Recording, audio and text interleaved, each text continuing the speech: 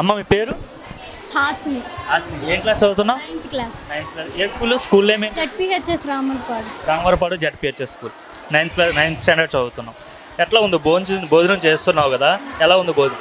బాగుంది. ఫుడ్ చాలా బాగుంది. చాలా బాగుంది. ఇంతకు ముందు కన్నా ఇప్పుడు బాగుంది. అదే ఇప్పుడు అంటే ఇంతకు ముందు సరిగా తినట్లేదు పిల్లలు, స్కూల్లో ఇంటికాడ నుండి మళ్ళీ క్యారేజీలు తెచ్చుకుంటున్నారు, గవర్నమెంట్ ఫుడ్ పెట్టినా సరే వేస్ట్ అవుతుందని చెప్పేసి నారా లోకేష్ గారు ఏం చేశారంటే సన్న బియ్యం పెట్టారు. సో సన్న బియ్యం పెట్టిన తర్వాత బాగానే ఉందా? పిల్లలు తింటున్నారా?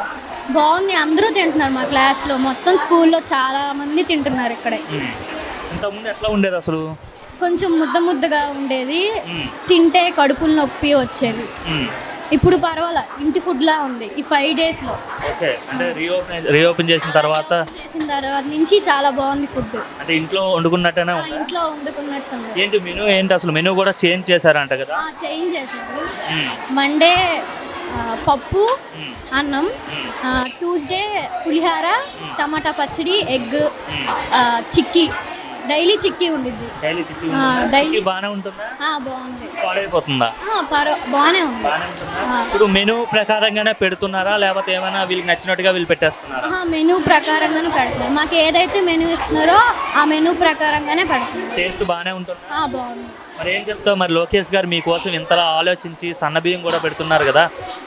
థ్యాంక్ యూ అని థ్యాంక్ యూ అని చెప్తావా? అంటే ఎట్లా ఉంది ఇప్పుడు మీ మినిస్టర్ గారు కదా, ఆయన విద్యాశాఖ మంత్రిగా పనిచేస్తున్నారు. సో ఆయన రీసెంట్గా తల్లికి వందనం కూడా వేయడం జరిగింది. పడిందా మీకు? పడింది. నాకు, మా తమ్ముడికి, మా అక్కకి ముగ్గురికి పడింది. మీ ఇంట్లో ముగ్గురు ఉన్నారా? ముగ్గురం గవర్నమెంట్ స్కూల్. Government school. ఏ స్కూల్ చదువుతున్నారు ముగ్గురు? జెడ్పీహెచ్ఎస్ రామర్పాడు. ఇదే స్కూల్లో చదువుతున్నారు. ఓకే, ముగ్గురు కూడా ఇదే స్కూల్లో చదువుతున్నారు. మా అక్క నిర్మాణూరు, ఇంటర్ సెకండ్ ఇయర్. ఇంటర్కి వెళ్ళి. ఓకే, అయితే మరి ఇంతకుముందు ఎంతమంది పడేవాళ్ళు? ఇంతకుముందు ఎంతమంది పడేది? అమ్మఒడి పడేది. ఒక్కరికి అమ్మఒడి పడేది. సో ఇప్పుడు ముగ్గురికి పడుతుంది. ముగ్గురికి పడుతుంది. మరి ఇప్పుడు ముగ్గురికి పడడం వల్ల యూజేనా? యూజే. ఏమైనా కొనుక్కోవాలంటే ఆ మనీ తీసుకెళ్ళి కొనుక్కుంటాం మాకు అవసరమైతే. మరి ఇంతకుముందు ఉన్న గవర్నమెంట్ ఏమో ఒక్కరికే వేసేది అమ్మఒడి అని చెప్పేసి, ఇప్పుడున్న గవర్నమెంట్ తల్లికి వందనని చెప్పి ఎంతమంది పేద పిల్లలు ఉంటే ఆ పిల్లలు తల్లిదండ్రులకు భారం కాకూడదని చెప్పేసి అయితే గవర్నమెంట్ ఈ నిర్ణయం తీసుకున్నారు. సో హ్యాపీ అనే నిర్ణయం పట్ల? హ్యాపీ. ఇంకా ఎట్లా ఉంది మీ స్టడీస్? ఎట్లా ఉన్నాయి స్కూల్లో? బాగానే చెప్తున్నారా? నోట్ బుక్స్ ఇవన్నీ ఇస్తున్నారా?